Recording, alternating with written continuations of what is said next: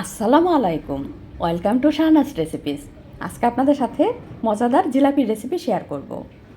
জিলাপি বানানোর জন্য আমি এখানে নিয়েছি মাসকলাইয়ের ডাল। মাসকলাইয়ের ডাল নিয়েছি 1 কাপ পরিমাণ, আর পোলাওয়ের চাল নিয়েছি 1/4 কাপ পরিমাণ। এগুলো পানিতে ভিজিয়ে রেখেছিলাম সারা রাত।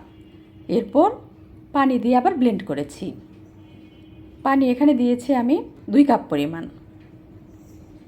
প্রথমে কম দিয়েছিলাম, পরে দেখলাম 2 কাপের মতো লেগেছে পানি। ব্লেন্ড করে নিয়েছি। এখন দিচ্ছি ময়দা। ময়দা দিয়েছিলাম আমি 6 টেবিল চামচ পরিমাণ।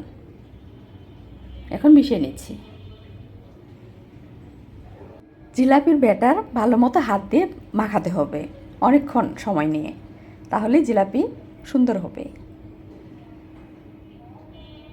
জিলাপির ব্যাটার আমার রেডি। এখন এটাকে পাইপিং ব্যাগের মধ্যে ভরে নেব, তাহলেই আমার জিলাপি বানাতে অনেক সহজ হবে। বোতলের মধ্যে ভরেও এই জিলাপি বানানো যায়।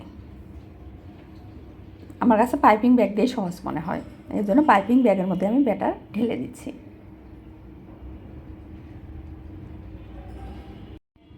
পাইপিং ব্যাগের মধ্যে ভরার পর সামনের মাথাটা অল্প একটু কেটে নিব কেচি দিয়ে।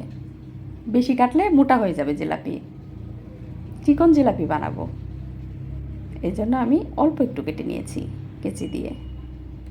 চিনির শিরা বানাবো এখন, এই জন্য প্যানে দিচ্ছি 1 কাপ পরিমাণ চিনি, আর দিব 1 কাপ পরিমাণ পানি। জাল দিয়ে একটু ঘন করে নামিয়ে নেব, বেশি ঘন করা যাবে না। হাত দিয়ে চেক করে নিচ্ছি শিরাটা ঠিক হয়েছে কিনা। চুলা থেকে নামিয়ে নিয়ে শিরা আমি এক সাইডে রেখে দিয়েছি। এখন জিলাপি বানাচ্ছি। আমার জিলাপি দেখে মনে হচ্ছে অনেক আঁকা বাঁকা হলেও এই জিলাপিটা খেতে অনেক মজা লেগেছে আমার কাছে। এটা যখন শিরায় দেব তখন সুন্দর লাগবে। মচমচে করে ভেজে নামিয়ে নিচ্ছি। অল্প জালে আস্তে আস্তে ভাজতে হবে। চিনির শিরা হালকা গরম থাকতে আমি জিলাপিগুলো এর মধ্যে দিয়ে দিচ্ছি। 10 সেকেন্ডের মতো রাখবো। বেশিক্ষণ জিলাপি এই শিরার মধ্যে রাখা যাবে না, এই জন্য অল্প কিছুক্ষণ রেখেই আমি উঠিয়ে নিচ্ছি। একটি কাঠি দিয়ে গেঁথে আমি এটাকে এভাবেই রেখে দেব, তাহলে বাড়তি শিরা ঝরে যাবে। জিলাপি আমার রেডি।